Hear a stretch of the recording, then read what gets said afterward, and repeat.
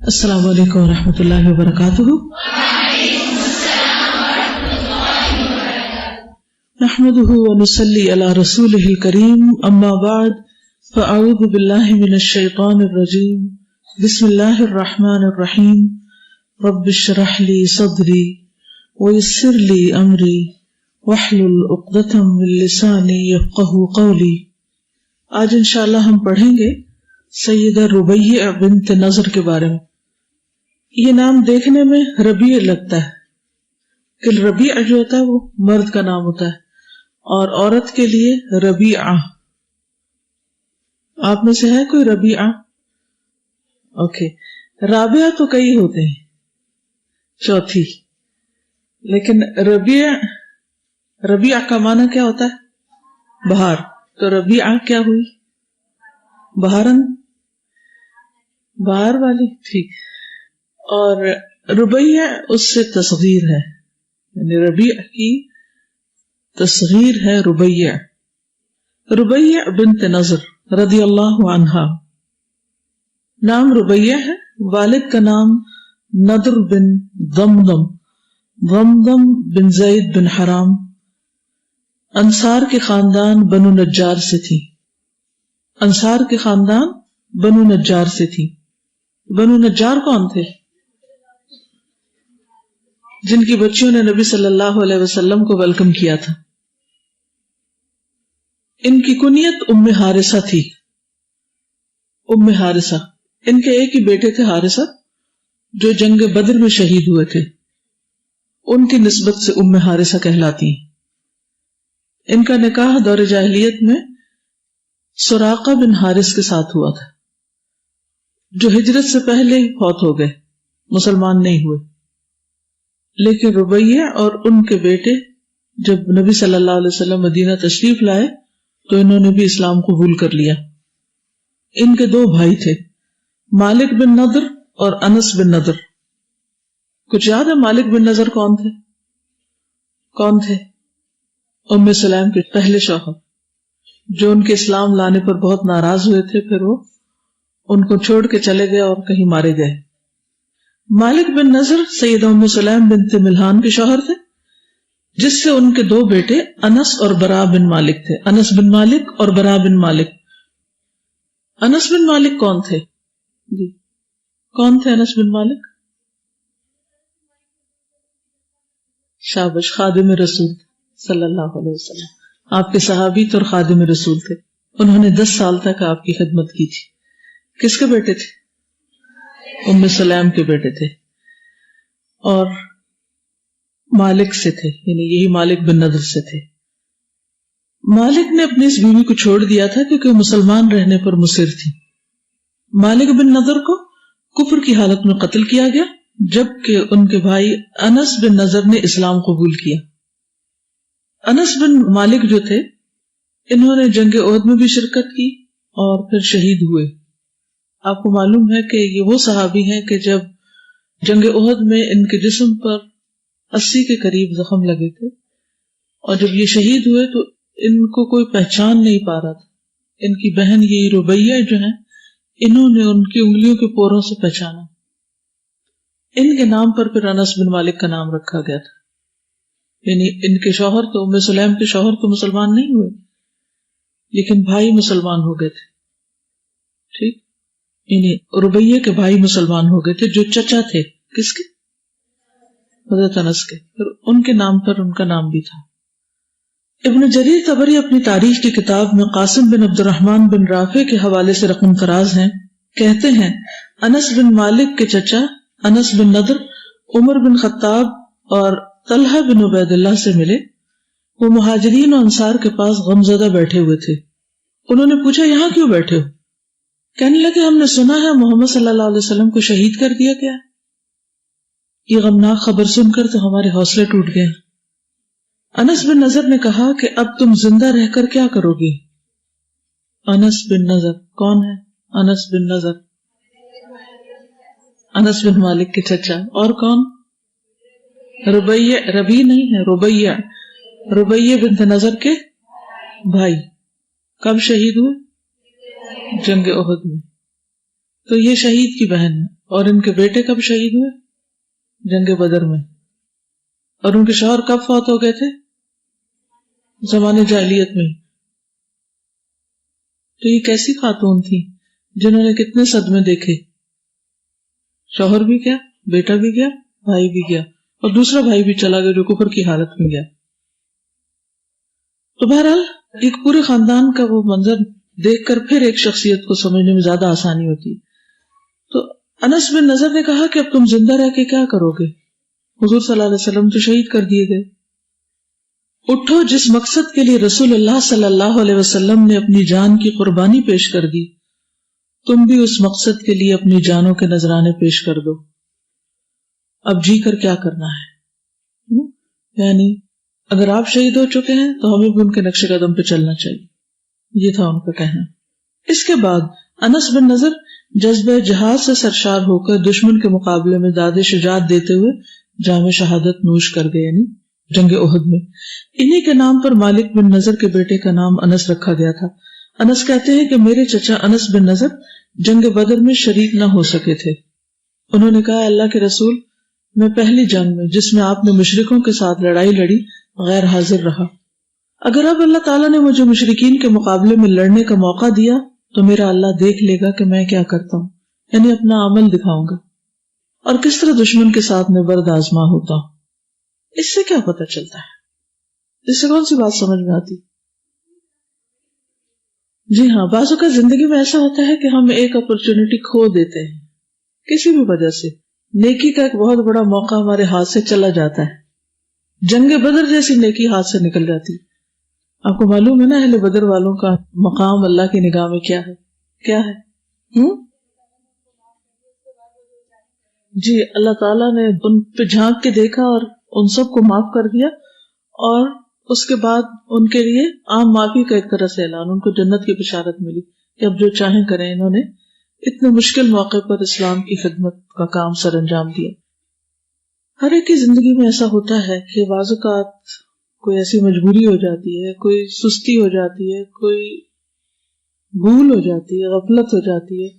یہ اس وقت جب نیکی کا موقع سامنے ہوتا ہے تو انسان سمجھتا ہے اچھا خیر ہے ابھی دوسرے لوگ کر لیں، میں بعد میں کروں گا، پھر کر لوں گا.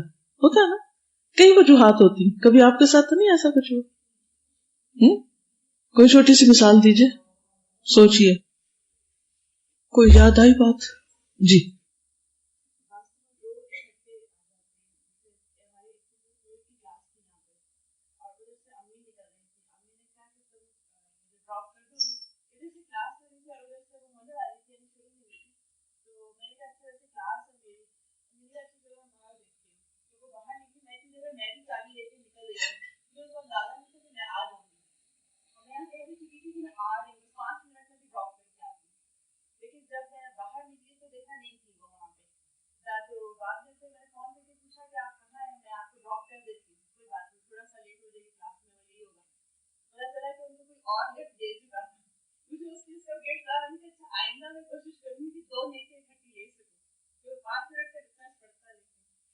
بہت سی مثالیں آپ کی زندگی میں ایسی ہوں گی، ہر روز ہی ہم ایسے موقع بہت سے گنواتے ہیں.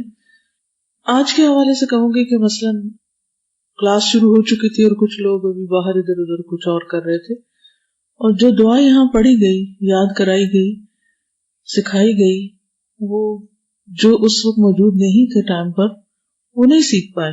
کہ سیکھی انہوں نے یا مانگی؟ بتائیے. جو لوگ بھی لیٹ آئے وہ اس دعا سے محروم رہ گئے جو اس وقت سکھائی گئی. اب تھوڑی دیر سوچئے کہ آپ لیٹ کیوں ہوئے؟ باقی لوگوں نے نماز نہیں پڑھی تو انہوں نے کیسے پہلے پڑھ لی؟ ٹائم مینجمنٹ نا. کچھ تو کیا نا تو پہنچے، یہ بغیر تو نہیں پہنچ سکتے. تو یہ صرف ایک احساس کی بات ہوتی ہے کہ یہ بھی نیکی کا ایک موقع ہے، اس سے بھی فائدہ اٹھا لوں. یہ نہ دیکھو اچھا ابھی تو کچھ اور لڑکیاں باہر گھومتی پھرتی نظر آ رہی ہیں تو میں بھی ذرا بعد میں چلی جاؤں. یہ نہیں سوچتے کہ اس وقت میں کھو کیا رہے ہیں، وہ ہم بھولا ہوتا ہے. ایسے مواقع گواہ بیٹھتے ہیں. کیا پتا جو دعا آج پڑھائی گئی وہی آپ آج مانگیں تو وہ آپ کی شدید ضرورت ہو سکتی تھی، اور وہ آپ کے لیے قبول ہو جاتی تو آپ کو کتنے اور موقع مزید مل جاتے. چلیے، ہو سکتا ہے کوئی شدید ضروری کام آپ کر رہے ہیں اس صورت میں تو ایک ایکسکیوز ہو سکتی. لیکن اگر آپ صرف بس سستی کے مارے نہیں آئے یا اچھا چلے ہی جائیں گے, اچھا ابھی تو ہے ٹائم کلاس شروع ہونے میں, اور اس وجہ سے لیٹ ہو گئے, تو پھر نقصان ہی کیا آپ نے, موقع کھو دیا. نیکی کی باری جب آتی ہے نا, تو مثلا دنیا میں اگر ہمارے سامنے کوئی فروٹ کا ایک پلیٹر رکھے یا ایک دسترخوان سے جائے جس پر ہر قسم کا فروٹ رکھا ہوا, تو جب ہم اس کو دیکھتے ہیں تو کیا ہم اس پہ قناعت کرتے ہیں کہ ہم کو بس ایک چیز اٹھا لیں؟ ہمارا کیا دل چاہتا ہے ہر ایک میں سے کچھ کچھ کھا لیں, ایسے کرتے ہیں. کبھی بوفے پہ جانے کا اتفاق ہوا تو کیا آپ یہ کہتے ہیں کہ بس میں نے اپنی ضرورت کا لے لیا, بھلے جو مرضی رکھا رہے, مجھے اس سے غرض نہیں. آپ کہتے چکھو تو صحیح, اس میں کیا ہے. دنیا کے معاملے میں ہر چیز چکھنا چاہتے ہیں, اور جب نیکی کا موقع آتا ہے تو ہم اس پر پراؤڈ ہوتے ہیں, ایک نیکی کر جو رہے ہیں, اور کرنے کی کیا ضرورت ہے, اپنے آپ کو اتنا کیا تھکانا. آپ کو یاد ہے کہ ایک موقع پر نبی صلی اللہ علیہ وسلم نے صحابہ سے پوچھا کہ آج روزہ کس نے رکھا ہے, کس نے ہاتھ اٹھایا ہوگا, کس نے جنازہ پڑھا, کس نے عادت کی, کس نے صدقہ کیا. اور وہ ایک ہی تھے اس مجلس میں جنہوں نے یہ سب کچھ کر رکھا تھا. تو پھر انہیں کیوں نہ موقع ملتا کہ وہ نبی صلی اللہ علیہ وسلم کے ساتھ دفن ہو. یہ سعادت کسی اور قصے میں تو نہیں آئی, انہی کے حصے میں آئی. اور حضرت عمر کی کیا خواہش ہوتی تھی, وہ ہر وقت اس تجسس میں رہتے تھے کہ اچھا ابو بکر کیا کر رہے ہیں تو میں بھی ذرا وہی کر لوں, تو پیچھے پیچھے ہوتے تھے. تو ان کو بھی موقع مل گیا ساتھ دفن ہونے کا. المرء مع من احب, انسان اسی کے ساتھ ہوتا ہے جس سے محبت کرتا ہے. تو ہم سب اپنے آپ سے پوچھیں کہ جب نیکی کا موقع ہوتا ہے تو ہم صرف ایک نیکی کرنے پہ کیوں راضی ہو جاتے ہیں, اور کیوں کہتے ہیں بس بہت کر لیا, اور کیا کرنا. ہمارے عوام میں بھی یہ حالات ہے. مثلا جو لوگ صدقہ خیرات بہت دیتے ہیں وہ نماز نہیں پڑھتے بازو کا. کچھ لوگ روزہ رکھ لیتے ہیں اور زکوٰۃ نہیں دیتے. کچھ لوگ خدمت خلق کے بہت کام کرتے رہتے ہیں, نمازوں کی پابندی نہیں کرتے. کیا سوچ کے کرتے ہیں کہ جتنی نیکی ہم کر رہے ہیں وہ ہمارے لیے کافی ہے, اور اس طرح نیکی کے بہت سے مواقع گنوا دیتے ہیں. اب یہاں پر آپ دیکھیے کہ ان سے بدر کا موقع کھویا گیا, اور اب وہ دل کے اندر بے چین ہو رہے ہیں کہ مجھے موقع تو ملے, میں پروو کر کے دکھاؤں گا کہ آئندہ یہ موقع ہاتھ سے نہ جائے. اب ہوا یہ کہ جنگ احد میں جب مسلمان بکھر گئے تو انس بن نضر نے کہا, الہی میں تیرے حضور معذرت کرتا ہوں, جو مسلمانوں نے اس وقت کیا, یعنی جو کچھ یہ کر رہے ہیں, بھاگ رہے ہیں اور اپنے جگہ سے ہٹ گئے ہیں, ان سب کی طرف سے بھی میں معافی مانگتا ہوں, اور تیرے حضور برات کا اظہار کرتا ہوں جو اس وقت مشرکین نے کیا. پھر انس بن نضر جنگ لڑتے ہوئے آگے بڑھے. سیدنا سعد بن معاذ ان کے سامنے آئے تو انہیں کہنے لگے, اے سعد, مجھے احد کے پہاڑ کی اوٹ سے جنت کی خوشبو آ رہی. سعد کہتے ہیں, اللہ کے رسول, جس جذبے, جس جوش اور ولولے سے انس نے دشمن کا سامنا کیا, ہم اس طرح کرنے کی ہمت نہ کر سکے. یہ جذبہ کس کے اندر آتا ہے؟ ہر جذبے یا محرک یا موٹیویشن کے پیچھے ایک موٹیویٹر ہوتا ہے نا, کوئی چیز ہوتی ہے جو انسان کو آگے لے کے جاتی ہے. بظاہر دو لوگ ریس میں ہیں اور وہ ایک آگے نکل جاتا ہے, ایک پیچھے رہ جاتا ہے, تو ہم سوچتے ہیں کہ اس نے پریکٹس شاید زیادہ کی ہو, لیکن ضروری نہیں کہ ہمارا اندازہ درست ہو سکتا ہے کوئی اور وجہ ہو کہ جو آگے بڑھنے والے کو آگے بڑھنے میں مدد دے رہی ہو. اور عموماً وہ شکست ہوتی ہے, کوئی گزشتہ نقصان ہوتا ہے, سینس آف لاس ہوتا ہے, جس کی کمی پوری کرنے کے لیے انسان اور شدت سے آگے بڑھتا ہے کہ جو مجھ سے کھو گیا ہے اب آئندہ نہیں کھوئے گا, اب نہیں ہوگا ایسے. عمر بن عبدالعزیز کو عمر بن عبدالعزیز کس چیز نے بنا دیا تھا؟ ان کی ایک غلطی نے. اصل بات ہے سچا ہونے کی, کہ ہم اپنے ساتھ بھی سچے. انس کہتے ہیں کہ ہم نے ان کے لاشے کو دیکھا, اس پر 80 سے زیادہ تلوار, تیر اور نیزے کے زخم لگے ہوئے تھے, اور وہ جام شہادت نوش کر چکے تھے. مشرکین نے ان کا مسئلہ کر دیا تھا, یعنی ان کے ناک کان کاٹ دیے تھے. ان کی ہمشیرہ ربیہ کے علاوہ انہیں کوئی بھی نہ پہچان سکا. ہمشیرہ نے بھی اپنے بھائی کو انگلیوں کے پوروں سے پہچانا. انس بیان کرتے ہیں کہ ہمارا خیال ہے کہ درج ذیل آیات قرآنی اس جیسا کارنامہ سر انجام دینے والوں کے حق میں نازل ہوئی. ارشاد باری تعالی ہے, من المؤمنین رجال صدقوا ما عاہدوا اللہ علیہ فمنهم من قضى نحبه ومنهم من ينتظر وما بدلوا تبديلا ليجزي الله الصادقين بصدقهم ويعذب المنافقين إن شاء أو يتوب عليهم إن الله كان غفورا رحيما. سورة الأحزاب آیت 23-24. ایمان والوں میں سے ایسے بھی ہیں جنہوں نے اللہ سے کیے گئے عہد کو سچا کر دکھایا. ان میں سے کوئی اپنی نظر پوری کر چکا ہے، یعنی جو وعدہ اس نے اللہ سے کیا تھا وہ پورا کر دیا، اور کوئی وقت آنے کا منتظر ہے کہ اچھا ہمیں موقع ملے تو ہم بھی ایسا کر کے دکھائیں. انہوں نے اپنے اس رویے میں کوئی تبدیلی نہیں کی، ان کا ڈٹرمنیشن میں کوئی کمی نہیں. ہم لوگوں کا حال تو یہ ہے نا کہ ہم عہد بہت باندھتے ہیں، نیت بھی کرتے ہیں، ارادے بھی کرتے ہیں، پھر چھوٹی سی چیز ہمیں اس سے ہلا دیتی ہے. ایک ہوا چلے تو ہم اپنی زندگی کا پورا رخ بدل دیتے ہیں. یہ سب کچھ اس لیے ہوا کہ اللہ سچوں کو ان کی سچائی کی جزا دے اور منافقوں کو چاہے تو سزا دے. منافق کون ہوتے ہیں؟ جھوٹے، جو کہتے کچھ ہیں کرتے کچھ اور چاہے تو ان کی توبہ قبول کر لے، ان کے لیے بھی چانس ہے کہ ان کی معافی ہو جائے. بے شک اللہ نہایت غفور الرحیم ہے. یہ جو خوبی ہے نا وما بدلوا تبدیلا، یہ صرف اس کے اندر ہوتی ہے جس میں استقامت ہوتی ہے، اور یہی چیز انسان کو پھر آگے بڑھتے رہنے میں مدد دیتی. ما بدلوا تبدیلا، اور یہ سچائی کی علامت ہوتی ہے. ما بدلوا تبدیلا، انہوں نے اپنی نیت، اپنے ارادے، اپنے منزل، اپنے راستے تبدیل نہیں کیے. جس چیز کو حق جانا پھر اس پہ جم گئے اور پوری سچائی کے ساتھ اس کا ساتھ دیا، حتیٰ کہ جان بھی دے دی اس راہ میں. ایسے ہی لوگ تاریخ کا دھارا بدل دیتے ہیں، ایسے ہی لوگ دنیا میں ایک تبدیلی کا باعث بنتے ہیں. اور جو روز اپنا راستہ تبدیل کر لے وہ کہیں بھی نہیں پہنچتا، وہی گمگشتہ ہوتا ہے، وہی گمراہ ہوتا ہے. یہ اس کو پتہ ہی نہیں کدھر جانا ہے، پہنچنا کہاں ہے. ان کو تو بہت واضح تھا کہ کہاں جانا ہے اور یہ سب کچھ کیوں کر رہے ہیں. تو کچھ بھی کریں، کوئی بھی راہ آپ اختیار کریں زندگی میں، لیکن آپ کو یہ ضرور پتہ ہونا چاہیے کہ کیوں اختیار کی ہوئی ہے. اگر آپ صرف مجبوری کے مارے اسے اختیار کیے ہوئے ہیں کہ صرف ٹائم پاس کرنے کے لیے، کہ جب تک کوئی اور کام کرنے کا موقع یا اپرچونٹی نہیں ملتی تو یہاں وقت گزار لے، کوئی نیکی کا بظاہر کام کر لے، اس کا فائدہ نہیں ہے. نیک عمل اسی وقت نیک ہوتا ہے جب واقعی انسان اللہ کے لیے کرتا ہے، اور اس میں ایک شرط یہ بھی ہوتی ہے کہ اجر کی نیت سے کرتا ہے. ان کو یقین تھا نا کہ اس میں اجر ہے، اسی میں کامیابی. امام احمد نے سیدنا انس سے روایت کیا ہے کہ ان کے چچا جنگ بدر میں شریک نہ ہو سکے، تو انہوں نے کہا کہ میں پہلی جنگ سے غیر حاضر رہا جس میں نبی کریم صلی اللہ علیہ وسلم نے مشرکین کے ساتھ جنگ لڑی. اب اگر اللہ تعالیٰ نے مجھے مشرکین کے ساتھ لڑائی کرنے کا موقع دیا تو اللہ دیکھے گا کہ میں کیا کرتا ہوں، میں اللہ کو دکھاؤں گا. ہم تو سوچتے نا لوگوں کو دکھائیں گے، لوگوں کو ثابت کر کے فلاں کو بتائیں گے. ایک دفعہ ایک ینگ بوائے سے بات ہو رہی تھی میری، تو میں نے پوچھا کیا پڑھ رہے؟ تو سمجھتا CA کر رہا ہوں. میں نے کہا کس لیے کر رہے؟ میں اپنے خاندان کو دکھانا چاہتا ہوں کہ میں بھی کچھ کر سکتا ہوں.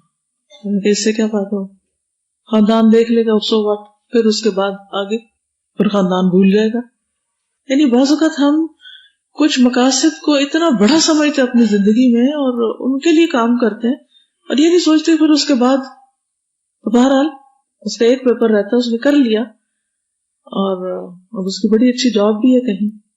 تو میں سوچ رہی تھی اس دفعہ جب میں دبئی گئی ہوں تو میں نے حالات معلوم کی کہاں ہے کیا ہے، تو میں نے سوچا کہ اچھا بہت اچھی جاب ہوگی، اب شادی ہوگی، اب ایک گھر بن جائے گا، پھر بچے ہوں گے، پھر ان کے ہوم ورک ہوں گے، پھر یہ فکر ہوگی کہ اس دن کانٹریکٹ ختم ہو جائے تو واپس نہ جانا پڑے. بس کیا واقعی ایسی زندگی کو انسان انجوائے کر سکتا ہے؟ اس کو کیا انجوائے کر سکتا ہے؟ ایک ڈریم ورلڈ ہوتی ہے نا بندے کی، یہ ڈگری کر لوں، پھر یہاں جاب ہو، فلاں علاقے میں، فلاں کمپنی میں، فلاں جگہ پر، فلاں ڈیزگنیشن کے ساتھ، پھر میرا خاندان دیکھے کہ دیکھو تم مجھے کیا سمجھتے تھے اور میں نے تمہیں کیا بن کے دکھایا. سب کو پیچھے چھوڑ گیا نا میں. کتنے دن، اس کے بعد کیا؟ مرنے کے بعد کس کو یاد رہے گا؟ ایک جنریشن کے بعد تو اگلے بھول ہی جائیں گے. کتنے بچوں کو آج اپنے دادا دادی کے نام نہیں آتے ہوں گے، چچا پھپھی کے نام نہیں آتے ہوں گے. واٹ؟ پوری دنیا کی نعمتیں بھی مل جائیں تو آخرت کے مقابلے میں کچھ بھی نہیں، کچھ بھی نہیں. تو دنیا کے لیے کرے کام، لیکن اس کو منزل اور مقصد نہ بنائے کہ مجھے پروو کرنا ہے کسی کو کچھ بھی کرے اللہ کو دکھانا ہے. اللہ تعالیٰ میں نے عہد کیا تھا نا, میں نے نظر مانی تھی, میں نے وعدہ کیا تھا نا تجھ سے, وہ میں نے پورا کر دیا, اب تو اپنے وعدے پورے کرنا مجھ سے. اور اگر ہم آج اللہ سے کیے ہوئے وعدے پورے نہیں کرتے تو پھر کس چیز کی توقع ہے, کس انجام کی. یہاں پر وہ کیا کہتے ہیں کہ اگر اللہ نے مجھے موقع دیا تو پھر میں ثابت کر دکھاؤں گا کہ واقعی میں چاہتا تھا کہ اگر بدر کا موقع کھو گیا تو بس آئندہ ایسا نہیں ہوگا. جنگ احد میں جب مسلمان بکھر گئے تو انس بن نضر نے کہا, الہی میں تیرے حضور معذرت کرتا ہوں جو مسلمانوں نے کیا, اور تیرے حضور برات کا اظہار کرتا ہوں جو مشرکین نے کیا. پھر وہ دشمن سے لڑتے ہوئے آگے بڑھے. احد پہاڑ کی اوٹ میں انہیں سعد بن معاذ ملے. انہوں نے کہا, میں تیرے ساتھ ہوں. سعد بن معاذ کہتے ہیں کہ میں اس طرح دشمن کے ساتھ نہ لڑ سکا جس طرح انس بن نضر نے لڑائی کی, کیونکہ ان کے دل کے اندر ایک اور تڑپ تھی.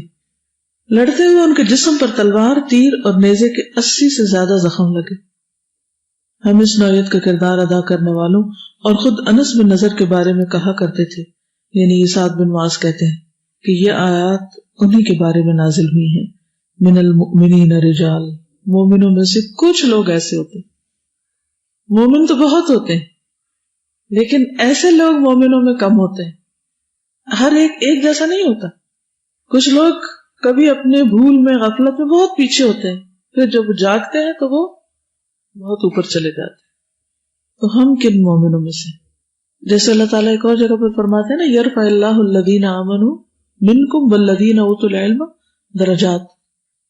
اللہ تم میں سے ایمان والوں کو بلندی عطا کرتا ہے, اور والذین اوتوا العلم, اور جو علم دیے گئے ان کے درجے اور بلند ہیں. تو پھر علم والوں میں بھی درجے, فوق کل ذی علم علیم, ہر علم والے پر ایک اور علم والا ہے. ہم دیکھیں ہم کس درجے میں کھڑے ہیں, اور کیا اسی پہ راضی ہیں؟ کافی ہے, بہت ہو گیا.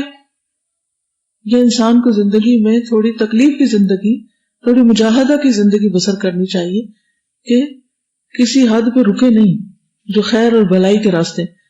کیونکہ علم کا راستہ بھی ایسا ہے کہ نبی صلی اللہ علیہ وسلم کو تلقین کی گئی کہ وقل رب زدنی علما, آپ کہیے کہ اے رب میرے علم میں اضافہ فرما. آگے بڑھتے جائیے, آگے بڑھتے جائیے, اور زیادہ حاصل کیجیے, اور زیادہ. کسی جگہ پر جا کر رک نہ جائیے, یہ نہ سوچئے کہ بہت ہو گیا, کیونکہ جس دن رکے اس دن زوال شروع ہو جائے گا. میں جب ایئرپورٹ سے باہر نکل رہی تھی, ابھی کل کی بات ہے, تو میں آگے گئی. اصل میں آنے والوں کی تعداد کم ہوتی ہے, جو استقبال کرنے والے ہیں ان کی تعداد بہت زیادہ ہوتی ہے. تو نکلتے وقت بہت ہی مجھے ہمیشہ شرم آتی ہے, میں آنکھیں نیچے کر کے گزرتی, کیونکہ اتنے مرد ہوتے ہیں اور چاروں طرف سے انہوں نے گھیرا ڈالا ہوتا ہے نا, بس اتنا سا راستہ ہوتا ہے جس میں نکلنا ہوتا. تو سر کھڑے تھے سامنے کہیں, لیکن مجھے نظر نہیں آیا, اور انہیں بھی شاید میں نظر نہیں آئی, تو میں نیچے سر کر کے تو باہر نکل آئی. تو اتنے میں ایک اسٹوڈنٹ آ گئی مجھے پرانی, وہ کہتے آپ نے مجھے پہچانا ہے؟ میں نے کہا نہیں پہچانا. کہتی میں فلاں ہوں. میں نے کہا اچھا کہاں ہوتی ہیں آپ؟ کہنے لگی یہی ہوتی ہوں, 4 بچے ہیں, شادی ہو گئی. میں نے کہا اچھا, اور بس ان کے ساتھ ہی ہوتی ہوں. ایک تکلیف کی لہر اندر گزر گئی. تکلیف یعنی اس لیے کہ اگر یہ صرف ہر روز تھوڑا سا بھی اپنے علم میں اضافہ کرتی اور یہ اپنے بچوں کے لیے ایک بہترین رول ماڈل ہوتی, تو وہ سب کچھ شخصیت میں جھلک رہا ہوتا نا. جب ہم اس پانی کے سرچشمے یعنی علم سے ناتا کاٹ لیتے ہیں نا, جیسے گملہ ہوتا ہے نا جس میں بہت خوبصورت پھول لگے ہوتے, جب اس کو پانی دینا ہم چھوڑ دیں تو کیا ہوتا ہے؟ اس کی وہ خوبصورتی اور چمک رہتی ہے نہیں. یہی حال ہمارے دلوں کا ہے. ہمارے دل ویران ہو جاتے ہیں, بنجر ہو جاتے ہیں, سوکھ جاتے ہیں, ہماری شخصیت کے اوپر پھول کملا جاتے ہیں, مرجھا جاتے ہیں, اگر ہم قرآن اور سنت کے ساتھ مضبوط تعلق نہ رکھیں. جو مرضی ڈگری کر لیں, شادی ہو جائے, بچے ہو جائیں, کہیں پہنچ جائیں, ٹاپ آف دا ورلڈ پہنچ جائیں, لیکن اس سے رابطہ نہ کریں ورنہ زوال شروع ہو جائے گا. ٹھیک ہے آپ نہیں تکلیف اٹھا سکتے کہ اٹھ کے کسی اور کو بتا سکیں, خدا کے لیے اپنے 4 بچوں کو تو بتائیں کہ ہم کون ہیں, ورنہ ہماری نسلیں بھول جائیں گی کہ ہم کون ہیں. ہمیں نہیں پتا ہوگا انس بن مالک کون ہے. انس بن مالک ان صحابیوں میں سے نہیں ہے کہ جن کی حدیثیں چند ایک ہیں, وہ ان صحابیوں میں سے جنہوں نے نبی صلی اللہ علیہ وسلم کی زندگی کا ایک بڑا حصہ ہم تک پہنچایا قریب سے دیکھ کر. جو سب سے زیادہ طویل عمر ہو کر فوت ہوئے، جن کے لیے نبی صلی اللہ علیہ وسلم نے دعائیں کی، اور جن کی اولاد اور اولاد کی اولاد اور پھر ان کے اندر قرآن کا شوق اور بے پناہ برکات تھی ان کی زندگی میں، پھر ہماری نسلوں کو نہیں یاد رہے گا وہ کون تھے. تو یہ چیزیں بھلے دنیا کو چھوڑیں آپ کہ نہیں آپ ان کی خیر خواہی کر سکتے، ایٹ لیسٹ اپنے بچوں کی خیر خواہی تو کریں، ان کو تو مسلمان کے طور پر پرورش کرنے کا موقع دیں. اس وقت ایک ایوریج اسکول میں کیا ہوتا ہے، صرف جا کے ایک دن گزاریں جہاں آپ کے بچے گزارتے ہیں، صرف ایک دن. کل ہی کسی کی مجھ سے ملاقات ہوئی، کہنے لگے کہ میں ایک دن اپنے بچوں کو اسکول لینے کے لیے گیا تو وہاں کوئی فنکشن ہو رہا تھا، تو میں نے سوچا کہ وقت باہر گاڑی میں انتظار کرنے کے لیے میں اندر چلے جاتا ہوں. کہتے کہ جب اندر جا کے جو میں نے دیکھا حال، میں نے اس دن کے بعد بچوں کو اسکول ہی نہیں بھیجا. کہتے مجھ سے برداشت ہی نہیں ہوا کہ وہ سب کیا دیکھ رہے ہیں، وہاں کیا پڑھ رہے ہیں، کیا کر رہے ہیں. کہتے ہم تو ڈراپ کر کے آ جاتے ہیں نا، اور سارا دن کیا ذہنی صفائی سارا دن ہوتی ہے ان کی، کیونکہ ہمیں شام کو وقت اتنا کہاں ہوتا ہے کہ ہم ہر چیز پوچھیں کیا سیکھ کے آئے، اور وہ سب بتاتے بھی کہاں. جب تک آنکھوں سے دیکھتے نہیں، محسوس نہیں کرتے، وہ پتہ بھی نہیں ہوتا. پھر جب بڑے ہو کر بگڑنے لگتے ہیں، بات نہیں مانتے، سنتے ہی نہیں، دین کی کوئی بات اندر نہیں جاتی، پھر ہمیں سمجھ نہیں آتی کہ کر کیوں رہے ہیں، کیوں کر رہے ہیں. تو میں نے کہا حل یہ نہیں ہے، وہ تو ہر پیرنٹ کا اپنا ڈیسیژن ہے، کچھ بھی کرے، لیکن ہم سوچیں ہم اپنے آئندہ نسل کو کیا دے رہے ہیں، اور اگر نہیں دے رہے تو کیوں نہیں دے رہے، اس کی کیا وجہ ہے. کیونکہ ہماری جیب خالی ہے، ہمارے پاس کچھ نہیں ہے دینے کو. وہ کیوں خالی ہے؟ کیونکہ ہم نے کمائی نہیں کی. کوئی کمائی کریں گے تو دیں گے نا. تو وہ کمائی کیا ہے؟ کمائی ہے علم کے ساتھ جڑ کے رہنا، اور علم کی مجلسوں جو جنت کے باغ ہیں، اور ایک طرح سے نور ہے انسان کے لیے، جس کی روشنی میں انسان آگے دیکھتا ہے. جب تک وہ نور نہیں ہوگا تب چہرے بھی اندھیرے ہو جائیں گے، اور دل بھی اندھیرے ہو جائیں گے، اور آگے بھی اندھیرے ہی پھر دینے والے بنیں گے. سید ربیہ کا اسلام قبول کرنا. جب اللہ سبحانہ وتعالیٰ نے سید ربیہ کے ساتھ خیر و بلائی کا ارادہ کیا تو اپنے بھائی انس بن نضر کے راستے پر گامزن ہوئی اور کامیاب لوگوں کی فہرست میں شامل ہو گئی. ادھر مالک بن نضر کا یہ حال ہوا کہ اس نے اپنی ہمشیرہ اور بھائی انس کی راہ سے منہ پھیر لیا اور خسارہ اٹھانے والوں میں سے ہو گیا. ارشاد باری تعالیٰ ہے من یہد اللہ فہو المہتد وَمَن يُضْلِلْ فَلَن تَجِدَ لَهُ وَلِيًّا مُرْشِدًا. سورۃ الکہف. جس کو اللہ ہدایت دے وہی ہدایت پانے والا ہے، اور جس کو اللہ بھٹکا دے اس کے لیے تم کوئی دوست رہنمائی کرنے والا نہیں پا سکتے. سید ربیہ نے اسلام کے گھنے سائے تلے پرورش پائی اور ہدایت کے صاف شفاف چشموں سے سیراب ہوئی. رسول اللہ صلی اللہ علیہ وسلم کا وجود اقدس ان کے لیے سب سے زیادہ میٹھا چشمہ تھا. سید ربیہ ان لوگوں میں سے تھی جن کے بارے میں اللہ سبحانہ وتعالیٰ نے یہ ارشاد فرمایا وَلِكُلِّ أُمَّةٍ جَعَلْنَا مَنْسَكًا لِيَذْكُرُوا اسْمَ اللَّهِ عَلَى مَا رَزَقَهُم مِّن بَهِيمَةِ الْأَنْعَامِ فَإِلَٰهُكُمْ إِلَٰهٌ وَاحِدٌ فَلَهُ أَسْلِمُوا وَبَشِّرِ الْمُخْبِتِينَ الَّذِينَ إِذَا ذُكِرَ اللَّهُ وَجِلَتْ قُلُوبُهُمْ وَالصَّابِرِينَ عَلَى مَا أَصَابَهُمْ وَالْمُقِيمِ الصَّلَاةَ وَمِمَّا رَزَقْنَاهُمْ يُنْفِقُونَ. سورۃ الحج آیت 34-35. ہر امت کے لیے ہم نے قربانی کا طریقہ مقرر کیا تاکہ لوگ ان جانوروں پر اللہ کا نام لے جو اس نے ان کو بخشے ہیں. ان مختلف طریقوں کے اندر مقصد ایک ہی ہے، بس تمہارا معبود حقیقی ایک ہی ہے، اسی کے تم مطیع فرما بنو. اور اے نبی بشارت دے دو عاجزانہ روش اختیار کرنے والوں کو جن کا حال یہ ہے کہ اللہ کا ذکر سنتے ہیں تو ان کے دل کانپ اٹھتے ہیں، جو مصیبت بھی ان پر آتی ہے اس پر صبر کرتے ہیں، نماز قائم کرتے ہیں، جو رزق ہم نے ان کو دیا اس میں سے خرچ کرتے ہیں. ربیہ کا بیٹا حارثہ شہید ہوتا ہے جنگ بدر میں. جب رسول اللہ صلی اللہ علیہ وسلم نے یہ خبر سنی کہ قریش کا تجارتی قافلہ سرزمین شام سے واپس آ رہا ہے اور ابو سفیان اس تجارتی قافلے کی قیادت کر رہا ہے اور اس قافلے کے پاس قریش کا وافر مقدار میں مال و دولت ہے، تو آپ نے اپنے صحابہ کو حکم دیا کہ اس قافلے کو روک لیا جائے اور ہجرت کرنے والے مسلمان جو اپنا مال و متاع مکہ معظمہ چھوڑ آئے ہیں اور اس پر قریش نے قبضہ جما لیا ہے، اس کے بدلے قریش کا یہ مال و متاع اپنے قبضے میں لے لیا جائے. اس طرح عدلے کا بدلہ ہو جائے گا. مسلمان رسول اللہ صلی اللہ علیہ وسلم کی آواز پر لبیک کہتے ہوئے اس امید پر میدان میں نکلے کہ 2 کامیابیوں میں سے ایک تو ضرور ملے گی، فتح نصیب ہوگی یا شہادت۔ ابو سفیان نے ایک ہراول دستہ آگے بھیجا تاکہ مسلمانوں کی حرکات و سکنات کے بارے میں پوری طرح باخبر رکھ سکے۔ جب ابو سفیان کو پتہ چلا کہ مسلمان اس کے راستے کو روکنا چاہتے ہیں تو اس نے قریش کی طرف پیغام بھیج دیا کہ وہ اس کی مدد کو پہنچے، یعنی مکہ پیغام بھیج دیا اور اپنے مال و متاع کو مسلمانوں کا مال غنیمت بننے سے بچائیں۔ قریش کے سب سے بڑے بدبخت شخص نے لوگوں کو آواز دی کہ اپنا مال و متاع بچانے کے لیے تجارتی قافلے کی حفاظت کی خاطر اور مسلمانوں کا ناطقہ بند کرنے کے لیے فوری طور پہ چل پڑو، اگر یہ موقع تمہارے ہاتھ سے نکل گیا تو زندگی بھر پچھتاؤ گے۔ ابو سفیان نے صورتحال کی نزاکت کو دیکھتے ہوئے راستہ بدلا اور مسلمانوں کی گرفت سے بچتا ہوا مکہ معظمہ پہنچ گیا۔ سورۃ انفال میں اس کی تفصیل موجود ہے۔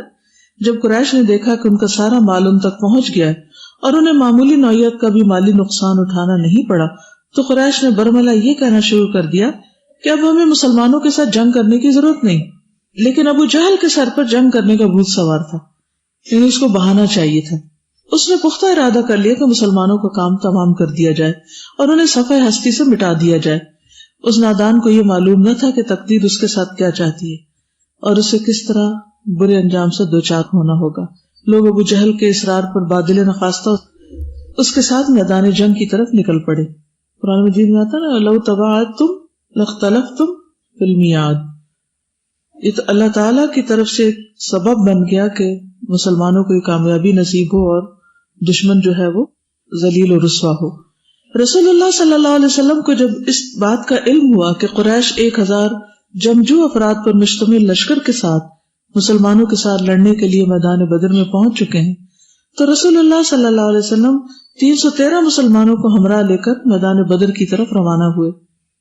مہاجرین کا جھنڈا شاہ سوار اسلام علی بن ابی طالب کے ہاتھ میں تھا، جبکہ انصار کا جھنڈا سعد بن معاذ نے اٹھا رکھا تھا، 2 گروپس میں الگ الگ۔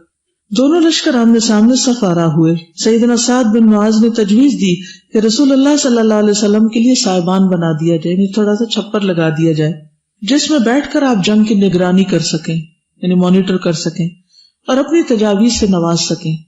حباب بن منذر نے یہ تجویز دی کہ ایک حوض تیار کیا جائے اور اسے پانی سے بھر دیا جائے جس سے مسلمان پانی پی سکیں، لیکن مشرکین کو اس سے پانی نہ پینے دیا جائے۔ رسول اللہ صلی اللہ علیہ وسلم نے یہ تجویز سن کر خوشی کا اظہار کیا اور اسے بروقت اور مفید قرار دیا۔ پھر رسول اللہ صلی اللہ علیہ وسلم نے اپنے صحابہ کو بتایا کہ فلاں مشرک اس جگہ قتل ہوگا اور فلاں اس جگہ اور فلاں اس جگہ، یعنی نشاندہی کر دی، اور یہ علم آپ کو اللہ سبحانہ وتعالیٰ نے پہلے سے دے دیا تھا۔ اور جس جس جگہ رسول اللہ صلی اللہ علیہ وسلم نے نشاندہی کی تھی اسی جگہ وہ مشرک قتل ہوا جس کا آپ نے نام لیا تھا، اس سے سر منہ بھی کوئی قتل ہونے والا ادھر ادھر نہ ہوا، یعنی آپ کی بات حرف بحرف سچ ثابت ہوئی۔ جس جگہ ہاتھ رکھ کر رسول اللہ صلی اللہ علیہ وسلم نے فرمایا کہ یہاں فلاں قتل ہوگا تو وہ وہیں پر قتل ہوا۔ رسول اللہ صلی اللہ علیہ وسلم نے یہ دعا کی کہ الہی اس امت کے فرعون ابو جہل کو باقی نہ رہنے دینا، الہی زمع بن اسود کو بھی باقی نہ رہنے دینا۔ پھر مسلمان اس طرح صف آرا ہوئے جس طرح نماز کے لیے صفیں درست کی جاتی ہیں۔ پھر آپ نے مسلمانوں کو یہ کہہ دیا کہ جب تک میں حکم نہ دوں اس وقت تک تم حملہ نہیں کرنا، ٹھیک ہے؟ یعنی پوری تیاری کر لی، جگہ مقرر کر لی، اپنے لشکر کی ہمت افزائی کے لیے ان کو خوشخبری بھی دے دی کہ کون کون مجرم آج مارا جانے والا ہے، اور پھر پوری انسٹرکشنز پہلے دے دی کہ کرنا کیا کام اور کب کرنا ہے، کیسے کرنا ہے۔ پھر آپ نے لڑائی کا گر بتاتے ہوئے ارشاد فرمایا کہ جب دشمن تمہارے قریب آ جائے تو پہلے اپنے نیزوں سے دفاع کرنا، نیزے اپنے ہاتھوں میں تھامے رکھنا اور انہیں دور سے دشمن پر نہ پھینکنا، جب دشمن سر کے آ جائے تو اپنی تلواریں استعمال کرنا۔ اس سے کیا بات پتہ چلتی؟ نبی صلی اللہ علیہ وسلم کا جو کردار جنگ بدر میں تھا، اس سے ہمیں کیا بات سمجھ میں آتی کہ ایک لیڈر کو کیسا ہونا چاہیے؟ He was so concerned، اور پوری پلاننگ کے ساتھ اور مائنیوٹ ڈیٹیلز کے ساتھ حوصلہ افزائی، جی موٹیویشنل فیکٹرز ابھارنے والا ہو، اور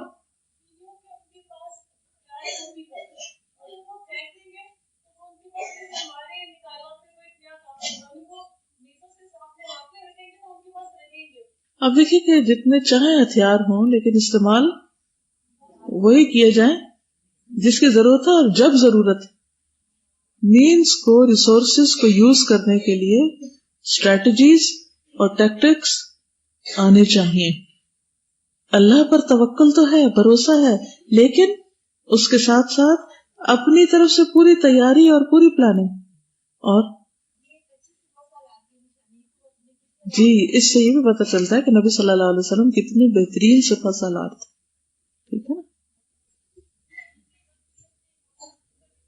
جی، ویری گڈ پوائنٹ کہ مشکل سے مشکل وقت میں بھی کول مائنڈیڈ، ٹھنڈے دماغ سے پلاننگ بھی کرنا اور کام بھی کرنا. اچھا ہمارا حال کیا ہوتا ہے، ذرا سا ہم پہ اسٹریس آ جائے تو ہم ہتھیار چھوڑ کے بیٹھ جاتے ہیں، ہاتھ پاؤں ڈھیلے ہو جاتے، اب تو کچھ ہو ہی نہیں سکتا، اس وقت میں نہیں کام کر سکتی. ٹو مچ ورک، ہر روز تو نہیں ہوتا ٹو مچ ورک، لیکن کسی دن ہو بھی جاتا. تو اس وقت بھی پازیٹو رہنا، اس وقت بھی اپنے دماغ کو اصل کام پر رکھنا، غیر ضروری فضول باتیں نہیں سوچنا. اچھا ہم پہ جب کوئی ایسا اسٹریس آتا ہے تو ہم ساری توجہ کس پہ کر دیتے ہیں؟ جزیات، تفصیلات. اچھا پھر وہ ابو سفیان چلا گیا، پھر وہ آ گیا، پھر وہ یہ ہو گیا، پھر وہ فضول باتیں بہت کرتے ہیں. irrelevant ٹاک اس کو چھوڑ دینا چاہیے اور مقصد کی بات پر اور کام کے اوپر پوری نظر ہونی چاہیے، کیونکہ ہر لمحہ جو ہے انسان انرجی کنزیوم کر رہا ہوتا ہے نا.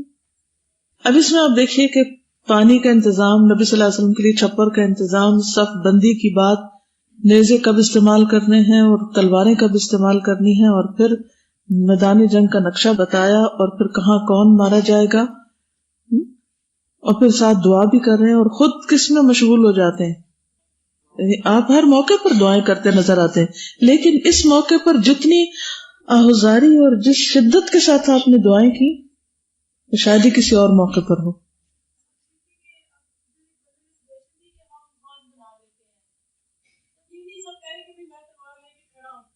ہاں بالکل، کوئی اچھا مشورہ کبھی بھی کسی بھی موقع پر دینے سے گریز نہیں کرنا چاہیے، کیونکہ کیا معلوم کہ اس کی وجہ سے کتنی خیر آگے بڑھے.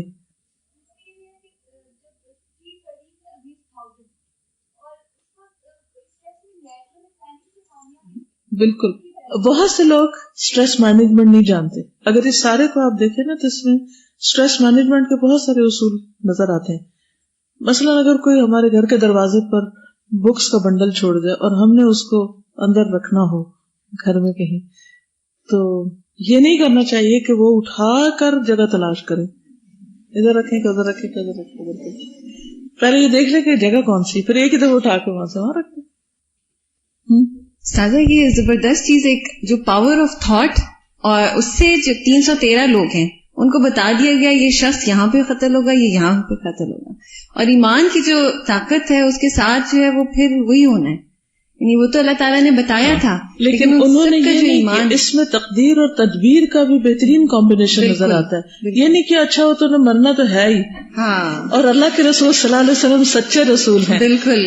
تو ہمیں اتنی پریشانی کی کیا ضرورت ہے کہ کس وقت نیزہ استعمال کرے، کس وقت تلوار، ہونا تو ہے ہی، ہو جائے گا. سب کا استاذہ پھر وہ فوکس ہوگا کہ اس نے ادھر ہی قتل ہونا ہے، تو مطلب کتنی جوش اور جذبے کے ساتھ ان کو گول سامنے نظر آ رہے ہیں. ہاں کہ مجھے یہ کام ہوں گے، یہ کام میں کیوں نہ کروں. اور اس میں یہ کہ عبداللہ بن مسعود اور دو بھائی تھے نا، معاذ اور معبس، انہوں نے کہا کہ ابو جہل کون ہے. اب نبی صلی اللہ علیہ وسلم جب بتا دیا کہ وہ یہاں مارے جائے گا، تو انہوں نے اپنے لیے، جو ینگسٹ تھے ایک طرح سے وہاں، انہوں نے اپنے لیے گول رکھ لیا کہ وہ کام ہم نے کرنا ہے، اور اس کے لیے پتا کر لیا کہ اچھا کون ہے، کہاں ہے، تاکہ جا کے ہم خبر لیں اس کی.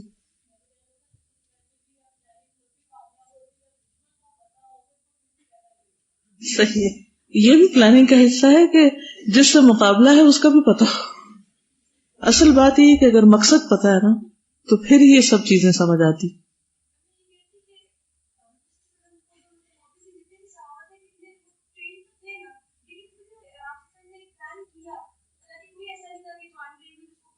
ہاں عرب تو جنگیں لڑنے کے ماہر تھے، پھر بھی آپ نے ان کی بہترین رہنمائی کی.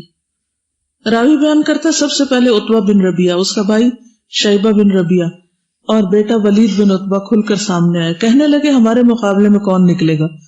انصار کے 6 نوجوان آگے بڑھے. عتبہ نے کہا ہم ان سے مقابلہ کرنا نہیں چاہتے. ہمارے مقابلے میں ہمارے جوڑ کے جنگجو آئے، یعنی مہاجرین میں سے آئے. بنو عبد المطلب قبیلے کے جوان ہمارے مقابلے میں آئے.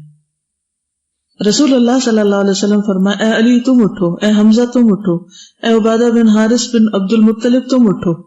یہ اپنے خاندان کے لوگوں کو اٹھایا. جب تینوں اٹھ کھڑے ہوئے اور وہ قریش کے شہ سواروں کے قریب آئے، انہوں نے پوچھا تم کون ہو؟ انہوں نے بتایا ہم عبیدہ، حمزہ اور علی ہیں. انہوں نے کہا ہاں اب یہ ہمارے برابر کا جوڑ ہے.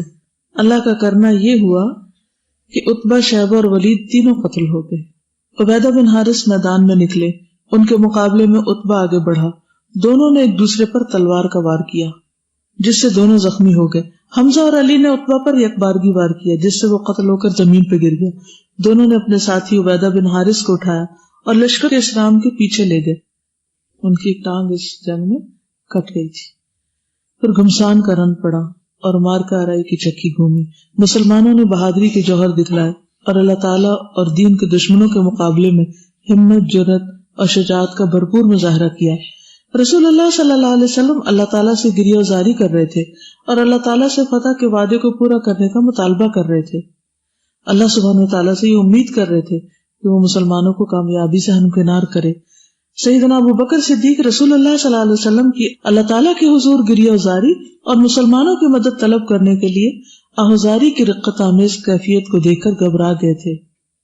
امام بخاری عبداللہ بن عباس سے بیان کرتے ہیں کہ رسول اللہ صلی اللہ علیہ وسلم نے جنگ بدر کے دوران میں یہ دعا کی اللہم انی انشدک عہدک و وعدک اللہم ان تشاء لا تعبد بعد اليوم.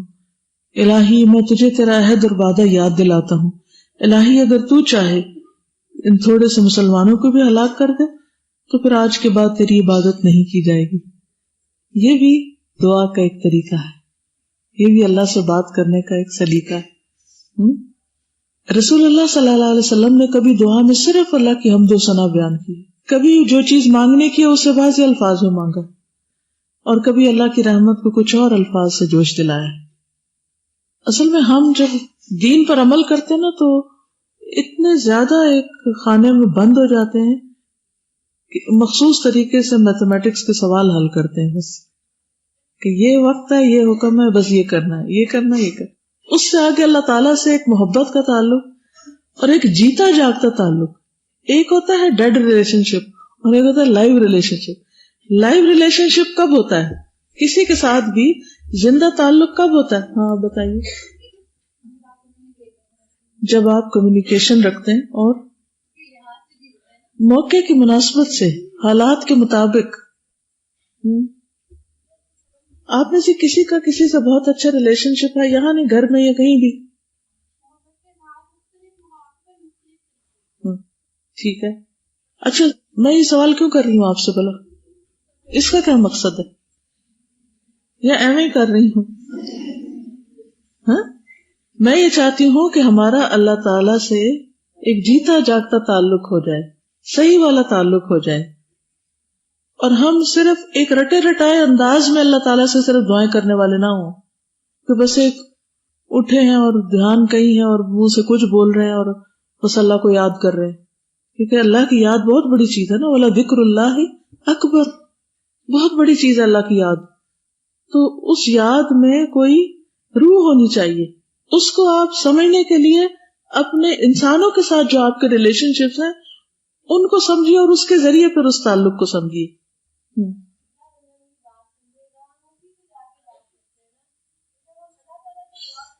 بالکل، یعنی جو ہماری بات سب سے زیادہ سمجھے اور جس پر ہمیں اعتماد ہو کہ وہ ہمیں غلط نہیں سمجھے گا، مس انڈرسٹینڈ نہیں کرے گا، تو پھر آپ اپنے دل کی بات کہہ سکتے ہیں. ورنہ جس کے بارے میں آپ کو پتا ہوگا کہ یہ تو غلط فہمی کا شکار ہو جائے گا، میں نے کچھ کہہ دیا تو آپ نہ اس کے ساتھ مذاق کر سکتے ہیں، نہ آپ اس کے ساتھ کوئی شکوہ کر سکتے ہیں، کیونکہ وہ ہر چیز کو مائنڈ کرتا ہے. کچھ ایسے بھی دوست ہوتے ہیں نا، ایسے بھی تعلق والے ہوتے ہیں کہ آپ کو سمجھ نہیں آتی آپ ان سے کیا کہیں. ہر طرح کے لوگ زندگی میں ہوتے ہیں نا، کیونکہ آپ ان سے کہیں گے کچھ اور وہ اس کو سمجھیں گے کچھ اور. الٹا ہی مطلب ہر بات کا نکالیں گے. تو اللہ تعالیٰ کے ساتھ تعلق بہت خوبصورت تعلق. وہ آپ کے منہ سے اگر الٹی بات بھی نکل گئی تو اس پر بھی خوش ہو جائے گا, ایز لانگ ایز آپ واقعی اللہ سے کمیونیکیٹ کر رہے ہیں. کوئی مثال دیجیے.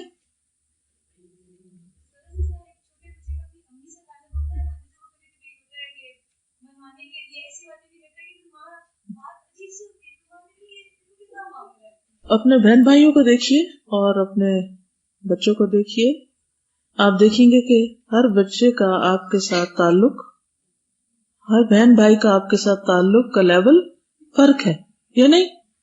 کچھ بہت پرسسٹنٹ ہوتے ہیں, کچھ آپ ان کو پوچھیں تو پوچھیں گے نہیں تناسب, کچھ مانگنے میں پیچھے پڑ جائیں گے اور کچھ کبھی بھی کچھ نہیں مانگیں گے. ہر ایک کا فرق ہوتا ہے نا. تو اسی طرح ہر بندے کا اللہ سے تعلق مختلف ہوتا ہے.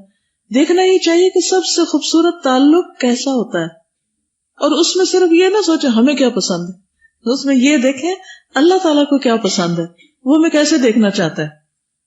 کیا اس کو پسند ہے کہ ہم گڑ گڑا کے مانگیں اور پیچھے پڑ کے مانگیں؟ بالکل. کسی کے ساتھ صحیح محبت جب ہوتی, جب آپ پہچان رہے ہوں اور اس کو سمجھ رہے ہوں.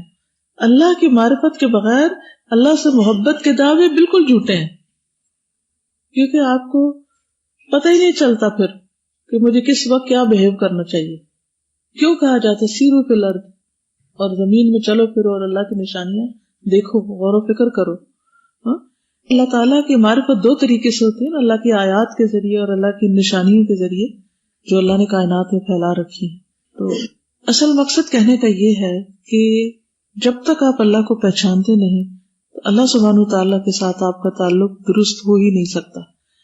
تو اب آپ نیکسٹ ٹائم دعا کریں اللہ سے تو سوچیں کیا لفظ بول رہے ہیں, کیا کہہ رہے ہیں اللہ کو, کون سی ضرورت میں, کس پریشانی میں, کس حال میں کیا کہہ رہے ہیں.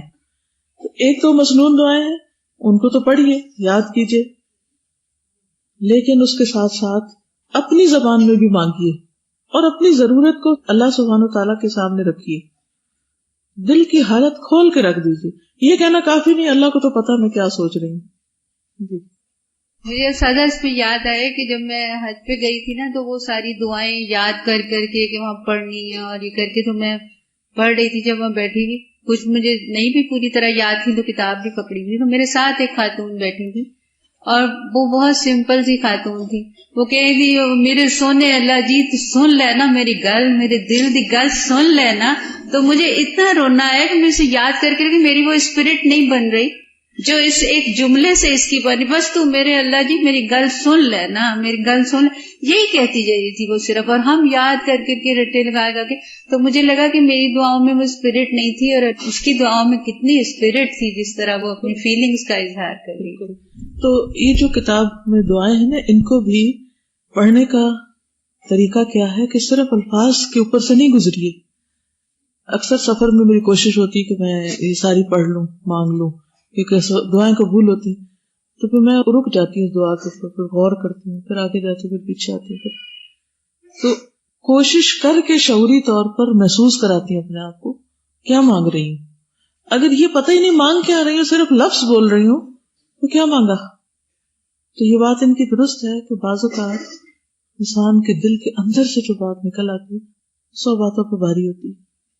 اور نبی صلی اللہ علیہ وسلم سے بڑھ کر اللہ تعالیٰ کے ساتھ کسی کا ریلیشن شپ ہو سکتا ہے. عبدہ و رسول, ایک طرف رسول ہے اور ایک طرف عبد ہے. تو انہوں نے جس طرح وہ دعائیں مانگی ہیں ان کے جذبات کا اظہار ہے. تو آپ کے اندر وہ کیفیت جب تک نہیں آئے گی تو ان کو بھی انجوائے نہیں کر پائیں گے. تو اللہ کی معرفت کی ضرورت ہے. آگے چلتے ہیں. ابھی رسول اللہ صلی اللہ علیہ وسلم نے یہ الفاظ کہے ہی تھے کہ سیدنا ابو بکر صدیق نے آگے بڑھ کر رسول اللہ صلی اللہ علیہ وسلم کے ہاتھ پکڑ لیے اور عرض کیا, اے اللہ کے رسول, بس زیادہ آزردہ خاطر نہ ہو. آپ نے تو اپنے رب سے مطالبہ کرنے پر بڑے اصرار کا انداز اپنایا. سیدنا ابو بکر صدیق نے ذرا پہن رکھی, وہ صورتحال کو دیکھ کر تلملا رہے تھے, ان پر اضطراب کی کیفیت طاری تھی. اس کے بعد رسول اللہ صلی اللہ علیہ وسلم درج ذیل آیات تلاوت کرنے لگے. سیہزم الجمع ویولون الدبر بل الساعة موعدهم والساعة ادہا وامر. ان قریب یہ جتھا شکست کھا جائے گا اور یہ پیٹ پھیر کر بھاگتے نظر آئیں گے، بلکہ اس سے نمٹنے کے لیے اصل وعدے کا وقت تو قیامت ہے، اور وہ بڑی آفت اور زیادہ تلخ گھڑی ہے. اللہ کے رسول صلی اللہ علیہ وسلم جو کچھ کر رہے تھے وہ اپنی جگہ بے حد ضروری تھا، لیکن ابو بکر صدیق رضی اللہ تعالیٰ عنہ کو جو آپ پر رحم آیا اور انہوں نے آپ کو روکا کہ بس اس سے کیا پتہ چلتا ہے، اور پھر نبی صلی اللہ علیہ وسلم نے ان کو آگے سے یہ نہیں کہا کہ جاؤ میں جو کر رہا ہوں وہ بہت اہم ہے اور مت منع کرو مجھے، ان کو کچھ نہیں کہا. تو اس سے ایک تو ان دونوں کا باہم ریلیشن شپ پتہ چلتا ہے. بعض اوقات ایک شخص اپنی جان گلائے دے رہا ہے تو دوسرا شخص بھی مقصد کو کم نہیں سمجھتا، لیکن وتواصوا بالحق وتواصوا بالصبر وتواصوا بالمرحمہ، تو یہ ساری کیفیات باہمی ریلیشن شپ میں بہت اہم ہوتی ہیں.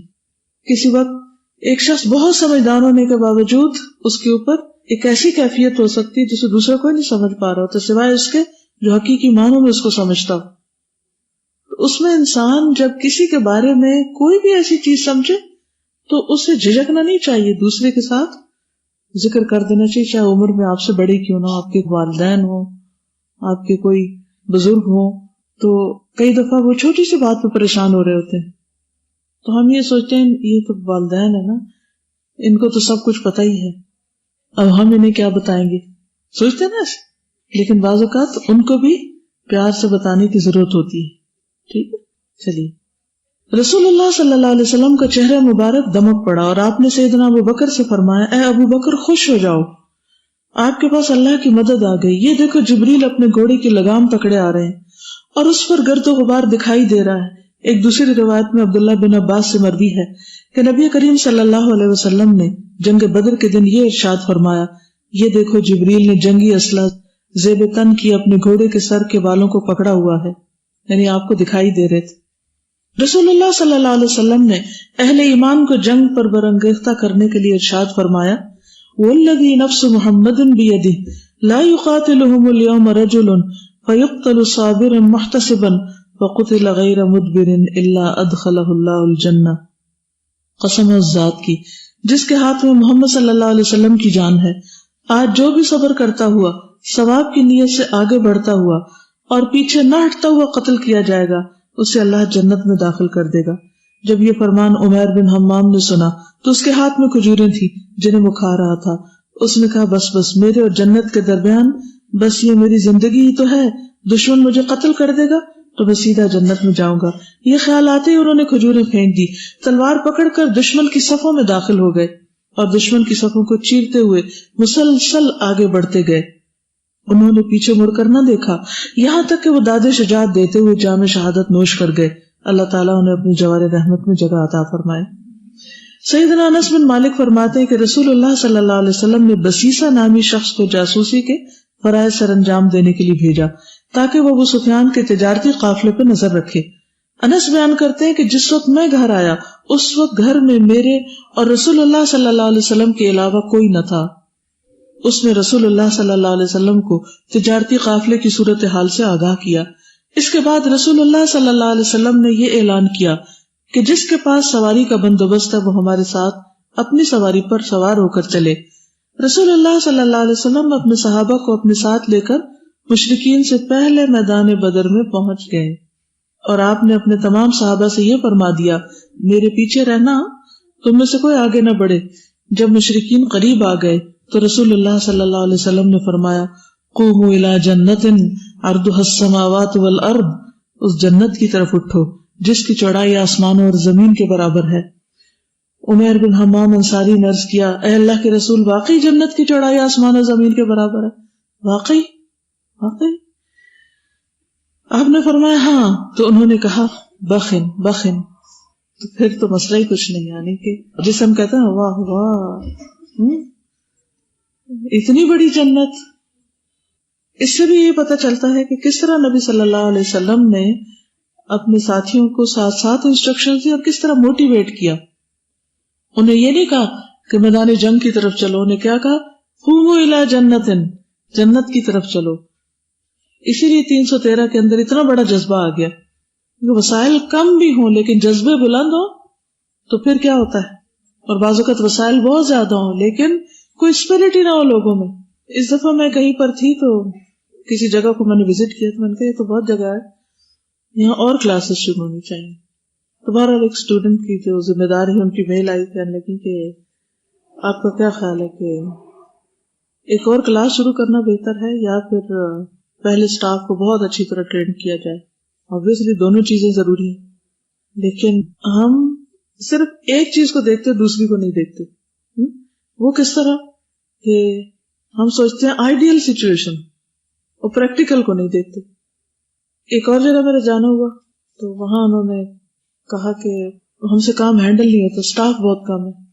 میں نے کہا وہ کیسے، اتنے لوگ ہیں اور یہ سٹاف ہے. میں نے کہا کہ مجھے اچھی طرح یاد ہے کہ جب دبئی میں کلاس شروع ہوئی تھی پہلا بیچ تو ہماری 5th بیچ کی ایک اسٹوڈنٹ سعدیہ کے والد کی وہاں پر ٹرانسفر ہو گئی تھی تو ان کے حوالے میں کلاس کر کے آئی تھی. دورہ قرآن میں نے 2002 میں کیا تھا تو ان کے حوالے کی تھی کلاس، اور پوری کلاس کو اس واحد بچی نے انٹرٹین کیا تھا. بیچ بیچ میں کوئی نہ کوئی جاتا رہا، کوئی تھوڑا بہت ہیلپ کی، لیکن ایک بندے نے پوری برانچ ہینڈل کی، پوری کلاس اور سب کچھ. اور ماشاءاللہ جو اسٹوڈنٹس اس نے اس وقت نکالے آج بھی دیکھ کے دل خوش ہوتا ہے. اتنے بہترین طریقے سے وہ اب تک لگے ہوئے ہیں جان مار مار کے. اب کیونکہ ڈیلی تقریباً میرے پروگرام تھے، صبح بھی شام بھی، نیو مسلمز میں بھی، مختلف جگہوں پر. تو میں سوچتی ہوں اسے ایک بچی کی قربانی ہے نا، اللہ نے اس کا پھل دیا ہے اس کو. وہ بچیاں جو اس نے تیار کی وہ آج تک مختلف کاموں میں لگی ہیں. تو یہ ایک حقیقت ہے کہ ہمیں کبھی یہ نہیں سوچنا چاہیے ہم تو ایک ہیں، ہم کیا کر سکتے ہیں، ہم تو غیر ملک میں، ہمارے پاس ریسورسز نہیں ہیں، ہمارے پاس تو وہ سارا سیٹ اپ نہیں ہے. نہیں، اگر آپ میں جذبہ ہے اور 313 والی بات یاد ہے تو کبھی آپ وسائل کی کمی کا رونا نہیں رو سکتے. وسائل کی کمی رکاوٹ نہیں ہوتی، جذبوں کی کمی رکاوٹ ہوتی. کبھی آپ اسی وقت کے ساتھ بہت کچھ کر لیتے ہیں لیکن کبھی آپ جب شیطان آپ پہ غالب آتا ہے سب کچھ ہوتے ہوئے بھی کسی کام میں برکت نہیں ہوتی، کہیں بھی نہیں جا کے کھڑے ہوتے، یا پھر غیر ضروری چیزوں میں لگ جاتے ہیں اور وقت ضائع کرنے لگتے ہیں اور یہی رونا روتے رہتے ہیں، یہ نہیں ہے وہ نہیں ہے وہ نہیں. تو جب انسان کے اندر ناشکری آ جاتی ہے تو نعمتیں چھن جاتی ہیں اور زندگی سے اور وقت سے برکت اٹھ جاتی ہے. تو اس لیے بہت ضروری ہے کہ ہم اللہ کے اوپر بھروسہ کریں. جو ہمارے پاس ہے وسائل ان کو تو استعمال کریں، لیکن اگر ہے ہی کم تو پھر کیا نہ کریں کام. کیا ہم اس انتظار میں بیٹھے رہیں کہ ہر چیز بہت اچھی ہو جائے گی پھر ہم کچھ کریں گے؟ وہ تو پتہ نہیں ہم ہی نہ دنیا سے چلے جائیں اور وہ وقت ہی نہ ملے پھر کیا بنے گا. یہ جذبہ تھا. اب دیکھیے کہ ایک ایک صحابی کے اندر کیا جذبہ ہے. اچھا کھجورے کھانے میں تو بڑا ٹائم لگ جائے گا، میں جلدی پہنچوں اپنے کام پہ. ہم میں سے کتنے لوگ یہ سوچتے ہیں جب وہ کھانا کھاتے ہوئے اور طویل وقت اس میں گزار کے اپنا فرض جو ہے اس کو مؤخر کر دیتے ہیں، اس میں سستی کر جاتے ہیں. رسول اللہ صلی اللہ علیہ وسلم نے پوچھا بھائی بخ بخ کیوں کہتے ہو؟ انہوں نے عرض کیا اللہ کے رسول میرے دل کی تمنا ہے کہ میں جنت میں جاؤں. آپ نے فرمایا تو جنتی ہے. انہوں نے اپنے تھیلے سے کھجوریں نکال کے کھانا شروع کی، پھر کہا اگر میں کھجوریں کھاتا رہا تو زندگی لمبی ہو جائے گی، بہت وقت نکل جائے گا. یہ خیال آتا ہی ہاتھ میں پکڑی کھجوریں پھینک دی، تلوار پکڑی اور یہ رزمیاں اشعار کہتے ہوئے دشمن کی صفوں میں گھس گئے. رقدن الی اللہ، یعنی دوڑتے ہوئے اللہ کی طرف، بغیر زادن وداؤٹ ریسورسز، الا التقى وعمل المعادی والصبر فی اللہ علی الجہاد وکل زاد عرضۃ النفاد غیر التقى والبر والرشاد. تقوی اور آخرت کے لیے اعمال صالح کا زاد راہ لیے بغیر اللہ کی طرف جانے کے لیے اپنے گھوڑے کو ایڑی لگانا فضول ہے. ایڑی نہیں ایڑ ہوتا ہے. تقوی اور آخرت کے لیے اعمال صالح کا زاد راہ لیے بغیر، یعنی زاد راہ تقوی ہے ہی نہیں، اعمال ہی کوئی نہیں، اور گھوڑے کو ایڑ لگا رہے ہیں، بھاگے جا رہے ہیں آخرت کی طرف. تو یہ ایک بہت فضول بات ہے. اللہ کی راہ میں جہاد پر صبر اور تحمل کو لازم پکڑا جائے. تقوی، نیکی اور ہدایت کے علاوہ ہر طرح کا زاد راہ فنا ہونے والا ہے. سیدنا عمیر بن حمام بہادری کے جوہر دکھلاتے ہوئے دشمن کی صفوں میں داخل ہو گئے اور داد شجاعت دیتے ہوئے جام شہادت نوش کر گئے۔ نبی کریم صلی اللہ علیہ وسلم کے فرمودات نیز عمیر، اوف اور ان کے بھائیوں کی بہادری کے مظاہر نے سیدنا حارثہ کی ہمت بندھائی اور انہیں نیا عزم اور حوصلہ دیا، جس کی بنا پر وہ گمسان کی جنگ میں کود پڑے۔ بہادری اور جواں مردی کے حیرت انگیز کارنامے سر انجام دیے اور اللہ ذوالجلال کے ساتھ کیے گئے وعدے کو پورا کیا، اور وہ بہادر کی موت مرے۔ تلواروں کی جھنکار رک گئی۔ ابو جہل، امیہ بن خلف اور باقی احمق مشرکین کے قتل ہونے کی وجہ سے لڑائی کا نتیجہ واضح ہو گیا۔ اللہ کا لشکر فتح و نصرت کے ڈنڈے لہراتا ہوا مدینہ کی طرف پلٹا۔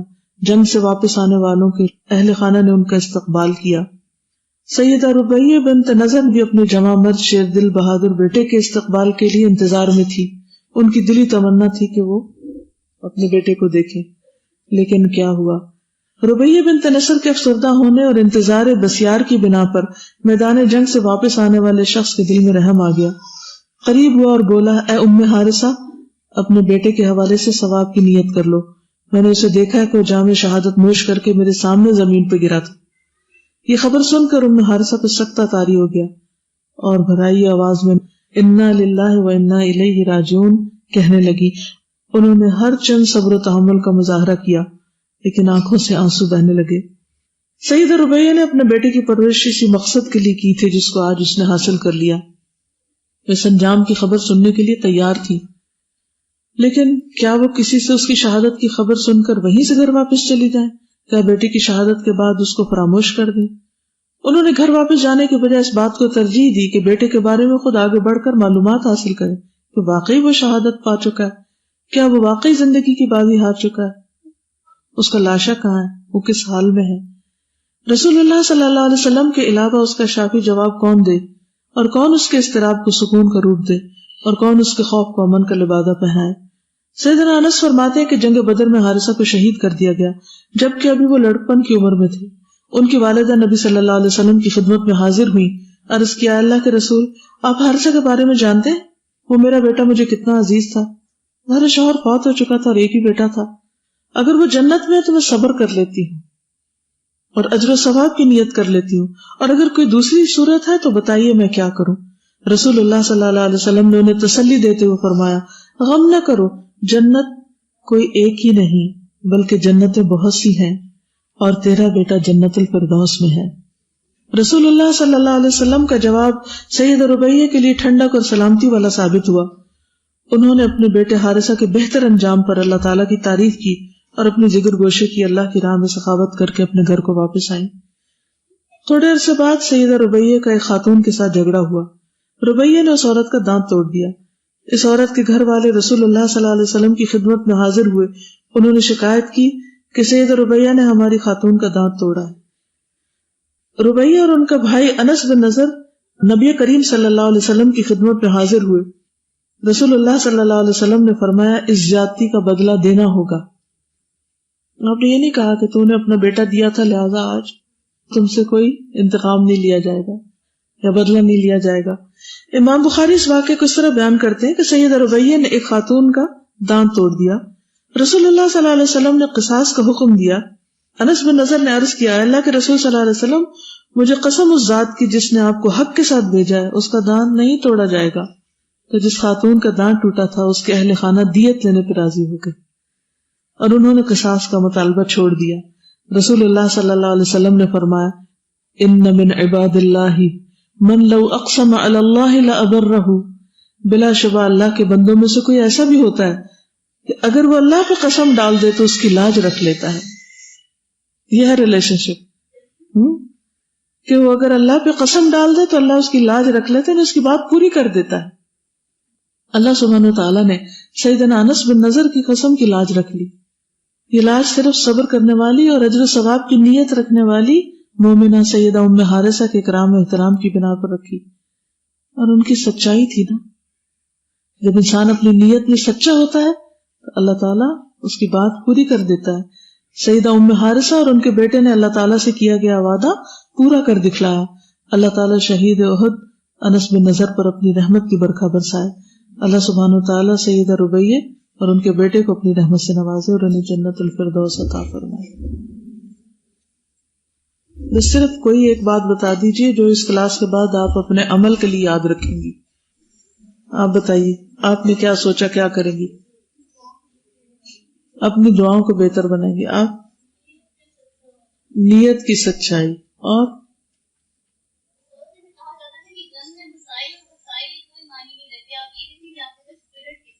بالکل جنگ میں مسائل اور وسائل کو اہمیت نہیں رکھتے تو آپ کی بھی کسی سے جنگ ہے کہ کوئی نہیں؟ شیطان سے اور نفس سے, اور نیکی کو کوئی موقع کھونا چاہیے, اور اگر کھو جائے, انسان ہے نا, بعض اوقات نیت نہیں بھی ہوتی لیکن کھو جاتا ہے, تو پھر کیا کرنا ہے؟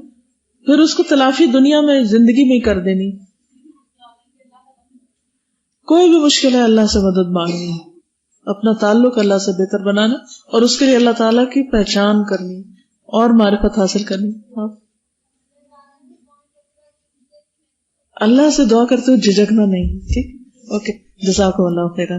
سبحانک اللہم و بحمدک, اشہد ان لا الہ الا انت, استغفرک و اتوب الیک. السلام علیکم و رحمۃ اللہ وبرکاتہ.